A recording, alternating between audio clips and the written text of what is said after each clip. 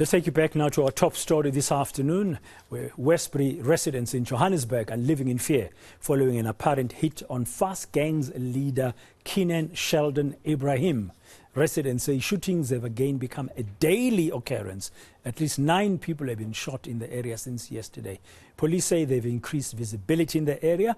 On the ground this hour for us is our reporter Manqoba Mchunu, who's been monitoring the situation there and speaking to residents on the ground to find out how they are doing. Good afternoon, Manqoba. Welcome to today. Thank you very much for your time. I see police visibility there. That van behind you looks like the police have upped their visibility in Westbury following these shootings.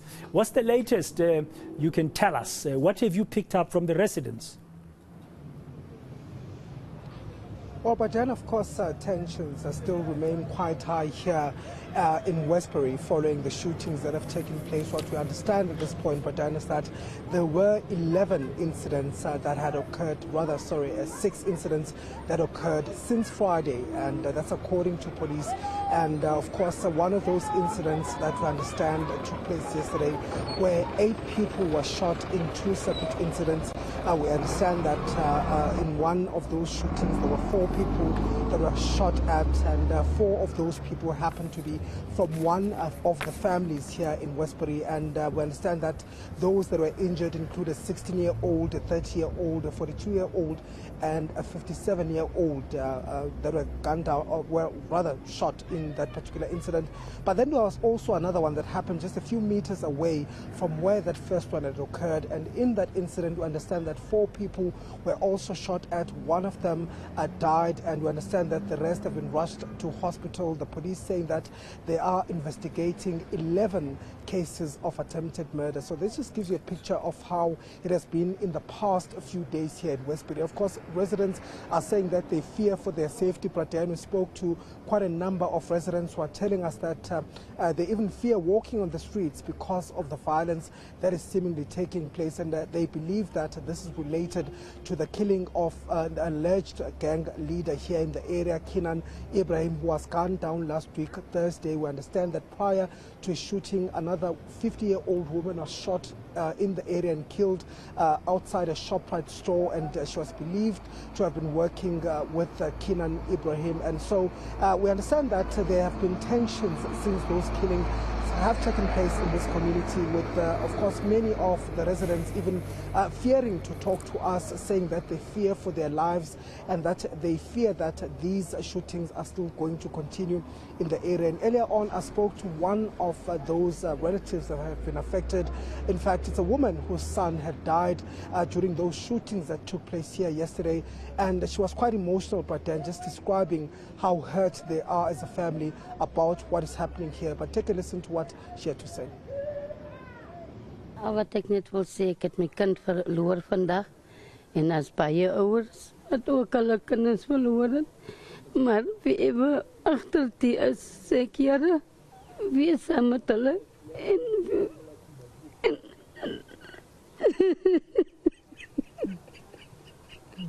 ek gaan nie my kind terugkry nie. So ek los alles in die Here se naam. Really heartbreaking stuff, and of a family member, Manqoba. The police were speaking to the media a little bit earlier, and I don't know what they have had to say, the SAPS. Well, police, are reassuring community members, pretend that they are out here and that they are on top of the situation. Of course, the community members will tell you something different, given the fact that there was the shooting incident that occurred earlier on. But what we're able to gauge from police is that there have been quite a number of incidents, 6 incidents that happened, but then, and of those 6 incidents, 2 people have been killed, including the gentleman that was killed yesterday, 33-year-old. We understand that 11 people were rushed to hospital, and the police saying that they are investigating those particular issues. But of course, they're saying that there have been more members that have been brought into the ground. They've been beefed up to look into some of the hotspots here in the area where these shootings have seemingly taken place. And earlier on, the brigadier or the station commander from the Firetown police station just giving us a short update as far as it's concerned concerned. Of course, police at this stage believe that it's gang-related, but the motive so far, they could not confirm what the possible motive for these killings would be. But take a listen to what the Brigadier had to say earlier on. What is happening is that our members cannot be everywhere. It's not to say I'm trying to defend our members, but they cannot be everywhere. Like today's incident, they were just around the corner. Within a minute, they were at the crime scene. What is happening? We are following information. The community have come forward, giving us information, but at some stage, what is killing us? People, they don't want to come forward and write statements as witnesses. They say they are afraid of their lives. But so far, I want to appeal to the community to come forward and give a statement. If they don't trust my police officers, they can phone the provincial office where they can get help. We've got anti-gang, we've got the investigating team that is based at provincial offices that is dealing with these cases. So I want to say to the community, let them come forward and give us information. Right now, we are following the leads for today's incident. Members are out to go and trace the suspect. Okay, the police can be everywhere. Manqoba, I don't know if that was reassuring enough to the residents. You said the situation remains tense. Are people still worried, very briefly?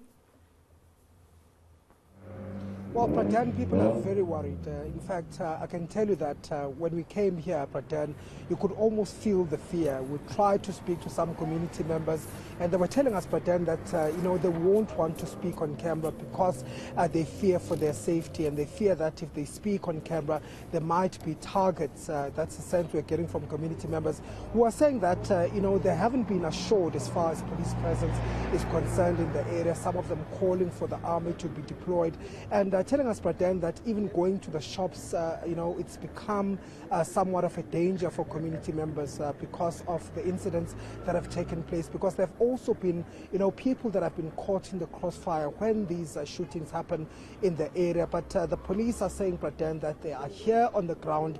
They're saying that they're going to be patrolling, but of course that doesn't reassure these community members, given the fact that this incident that occurred in the morning happened when the police were here in this community. But the police, of course, saying that they were just meters away from it, but community members saying that they would want to see more police being deployed in the area, and perhaps for the soldiers to be deployed. So that tells you that this is a community that is living in fear, that is gripped by the fear of these ongoing